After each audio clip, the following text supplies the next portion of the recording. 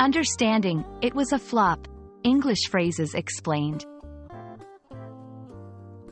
Hello, everyone. Welcome back to our channel where we make learning English easy and fun.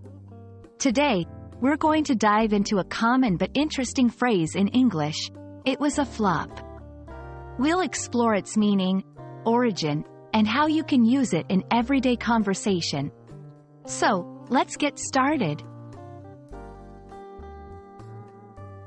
The phrase, "it was a flop," is used to describe something that was unsuccessful or did not meet expectations. This could be a movie, a party, a product launch, or any event that didn't go as planned.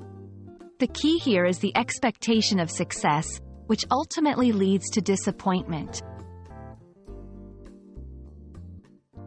Now, let's look at where this phrase comes from.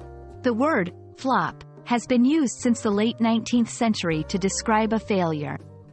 It's thought to be onomatopoeic, imitating the sound of something falling or collapsing suddenly. Over time, flop became a slang term for a commercial failure, and now it's widely used in various contexts. Understanding a phrase is easier when we see it in action. Here are a few examples. 1. The new restaurant was a flop. Hardly anyone showed up on opening night. 2. I tried to organize a surprise party for my friend, but it was a flop. She found out ahead of time. 3. Despite the hype, the latest superhero movie was a flop at the box office. Notice how in each case, there was an expectation of success, which was not met.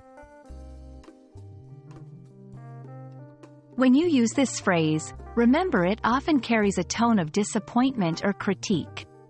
It's perfect for informal conversations, especially when discussing events, movies, or any kind of performances. Be mindful of the context and the audience, as it might be too informal for professional settings. And that's a wrap on "It was a flop." We hope this video has given you a clearer understanding of this phrase and how you can use it in your English conversations. Remember, learning a language is all about understanding the nuances of phrases like this. If you found this video helpful, don't forget to like, share, and subscribe for more English learning content. Happy learning, and see you in the next video.